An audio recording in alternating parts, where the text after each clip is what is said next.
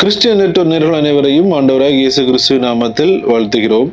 பாகிஸ்தானில் ஒரு கிறிஸ்தவ சகோதரன், அவர் ஒரு கிறிஸ்தவர் என்ற ஒரே ஒரு காரணத்தினாலும் அவர் சக தொழிலாளிகள் அவர்களோடு இணைந்து அவர்களுக்காக வைக்கப்பட்டிருந்த அந்த தண்ணீரை அவர் குடித்தார் என்ற ஒரே ஒரு காரணத்திற்காக ஒரு மதவெறி பிடித்த நபர் ஒருவரால் கழுத்தறுக்கப்பட்டு கொலை செய்யப்பட்டுள்ளார். தற்போது அந்த சகோதரனை இழந்து அவரின் 4 பிள்ளைகள் மற்றும் அவரின் மனைவி மிகப்பெரிய அளவில் துயரத்தில் காணப்படுகின்றனர். அந்த குடும்பம் ஏற்கனவே ஒரு வறுமையில் இருந்த ஒரு குடும்பம் தற்போது என்ன செய்வதென்று தெரியாமல் திகைத்து நிற்கிறார்கள்.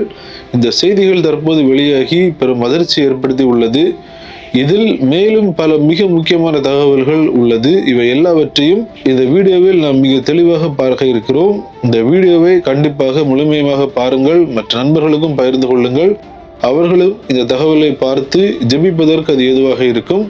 வாங்க வீடியோக்குள்ள போலாம்.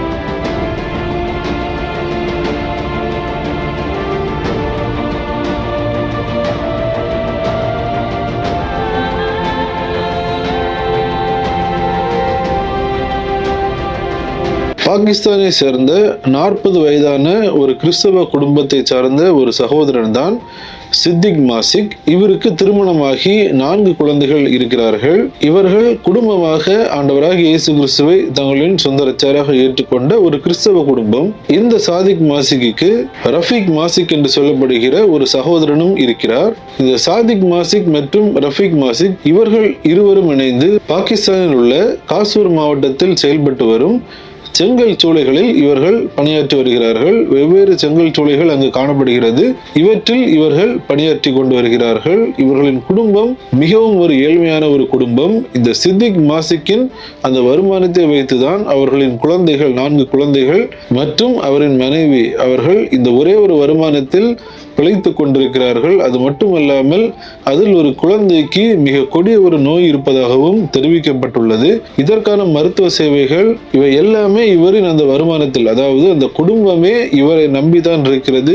இவர் வேலைக்கு சென்று அந்த சம்பளத்தை வாங்கி கொண்டு திரும்பி வருவது, அந்த சம்பளத்தை வைத்துதான் அந்த குடும்பம் முற்றிலுமாக இவரை சார்ந்து இயங்கிக் கொண்டு வருகிறது.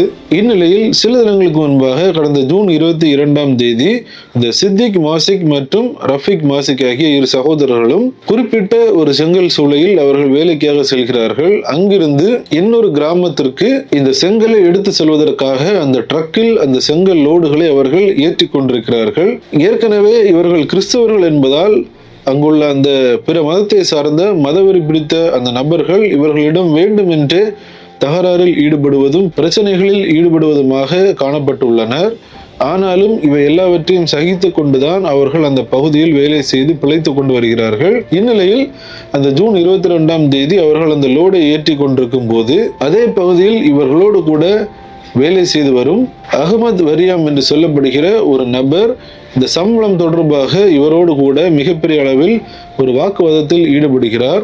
பாகிஸ்தானில் அநேக செய்திகளில் நம்மளால் பார்க்க முடிந்தது. அது என்னவென்றால், அங்கு கிறிஸ்தவர்களை மிக கடுமையாக வேலை வாங்கிவிட்டு சம்பளம் கொடுக்கும் போது அவர்களுக்கு குறைந்த சம்பளம் கொடுப்பதான ஒரு செய்திகளையும் நம்மளால் பார்க்க முடிகிறது. ஏனென்றால் கிறிஸ்தவர் என்று சொல்லப்படுகிற ஒரே ஒரு காரணத்தினால் மற்ற மதத்தை சார்ந்த அந்த மதவெறி பிடித்த கும்பல் இவர்களிடம் அதிக வேலைகளை வாங்கிவிட்டு சம்பளத்தை குறைத்து கொடுக்கிறார்கள். இது தொடர்பான ஒரு விவாதம் இந்த அகமது வரியம் மற்றும் சித்திக் மாசிக் இடையே சென்றுள்ளது. உடனடியாக இந்த விவாதம் மிகப்பெரிய அளவில் செல்வதை பார்த்த அங்குள்ள சக தொழிலாளர்கள் அங்கு சென்று இருவரையும் சமாதானப்படுத்தி அந்த பகுதியை விட்டு பிரித்து செல்கிறார்கள். சரி, இவர்கள் தான் பிரிந்து சென்று விட்டார்கள், இனி எந்த ஒரு பிரச்சனையும் இல்லை என்றுதான் அனைவருமே நினைத்து கொண்டிருக்கிறார்கள்.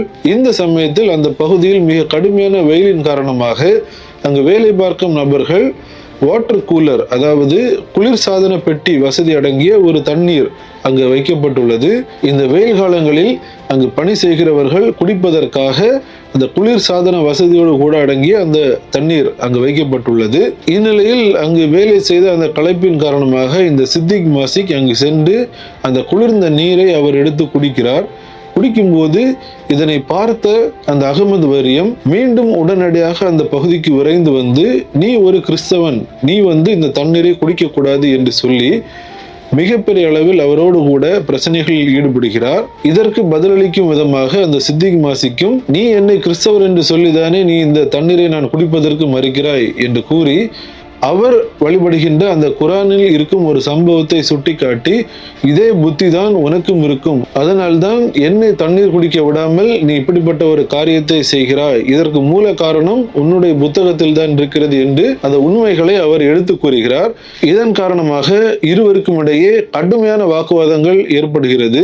இதனை பொறுத்து கொள்ள முடியாத அந்த அகமது வாரியம் என்று சொல்லப்படுகின்ற அந்த மதவெறி பிடித்த அந்த நபர் தன் மறைத்து வைத்திருந்த கத்தியை எடுத்துக்கொண்டு சித்திக் மாசிக்கின் கழுத்தை அறுக்கிறார். எதிர்பாராத விதமாக நடைபெற்ற இந்த கொடூர சம்பவத்தில் சித்திக் மாசிக் சம்பவ இடத்திலேயே இரத்த வெள்ளத்தில் சுருண்டு கீழே விழுந்து அவர் உயிரிழக்கிறார். இதனை அவரின் சகோதரரும் அந்த பகுதியிலிருந்து பார்த்துள்ளார். அவரும் இதனை பற்றி தெரிவித்துள்ளார். நாங்கள் இருவருக்கும் ஆரம்பத்தில் விவாதங்கள் ஏற்பட்டது, அதனை தடுத்து விட்டோம். நானும் இது சரியாகிவிட்டது என்று நினைத்தேன். ஆனால் என் சகோதரன் ஒரு கிறிஸ்தவர் என்ற காரணத்தினால் அவரை தண்ணீர் குடிக்க விடாமல் இவர் தடுத்துள்ளார். நாங்களும் இது பெரிய அளவில் ஒரு பிரச்சனையாக வராது என்றுதான் நினைத்தோம். ஆனால் அந்த நபர் என்னுடைய சகோதரன் கிறிஸ்தவர் என்ற ஒரே ஒரு காரணத்தினால் அவரை கழுத்தை அறுத்து கொண்டுள்ளார் என்று சொல்கிறார். தற்போது அந்த குடும்பம், இந்த ஒரே சகோதரனை நம்பி இருந்த அந்த குடும்பம் அவரை இழந்து மிகப்பெரிய அளவில் துயரத்தில் காணப்படுகிறார்கள். அவர்களின் புகைப்படமும் ஒன்று வெளியாகி உள்ளது.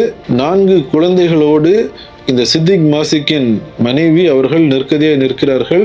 இந்த சம்பவத்தை அறிந்த அங்குள்ள கிறிஸ்தவ அமைப்பை சார்ந்த நம் சொந்தங்கள் உடனடியாக அந்த பகுதிக்கு விரைந்து எந்த அளவிற்கு சட்ட போராட்டங்களை எடுக்க முடியுமோ அதற்கான அனைத்து காரியங்களிலும் அவர்கள் ஈடுபட்டு கொண்டு வருகிறார்கள். இந்த குற்றவாளி தற்போது கைது செய்யப்பட்டுள்ளார். அவருக்கான தண்டனை, அவருக்கான நீதி அவருக்கு கிடைக்க வேண்டும், சட்டத்தின் முன்பாக அவர் நிறுத்தப்பட வேண்டும் என்று அங்குள்ள கிறிஸ்தவ அமைப்பை சார்ந்த சொந்தங்கள் பல முயற்சிகளை எடுத்துக்கொண்டு வருகிறார்கள். மேலும் பல உதவிகளையும் இந்த குடும்பத்திற்கு செய்வதற்காக அவர்கள் முன்வந்துள்ளார்கள்.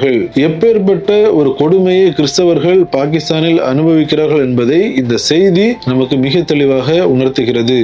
ஒரு தண்ணீர் குடிப்பதற்கு கூட அவங்கள கிறிஸ்தவர் என்ற ஒரே ஒரு காரணத்தினால் எந்த அளவிற்கு துன்பங்களை அனுபவிக்கிறார்கள் என்பதை நம்மால் இதில் புரிந்து கொள்ள முடிகிறது. இந்த செய்திகளை நாம் சாதாரணமாக கடந்து செல்லாமல் நாம் கண்டிப்பாக பாகிஸ்தானில் ஆண்டவராகிய இயேசு கிறிஸ்துவை ஏற்றுக்கொண்டு தேவனுக்காக நிற்கும் நம்முடைய கிறிஸ்தவ சொந்தங்களுக்காக ஜெபிக்க வேண்டும். இந்த சம்பவத்தையும் நாம் பார்த்திருப்போம். இந்த சம்பவத்தில் சித்திக் மாசிக் அவர்கள் உயிரிழந்துள்ளார்கள். இவர்களின் குடும்பத்தாருக்கு தேவன் தாமே ஆறுதல் அளிக்கணும். அது மட்டுமல்லாமல் அவர்களின் குடும்பத்தாருக்கான அனைத்து தேவைகளும் சந்திக்கப்பட வேண்டும்.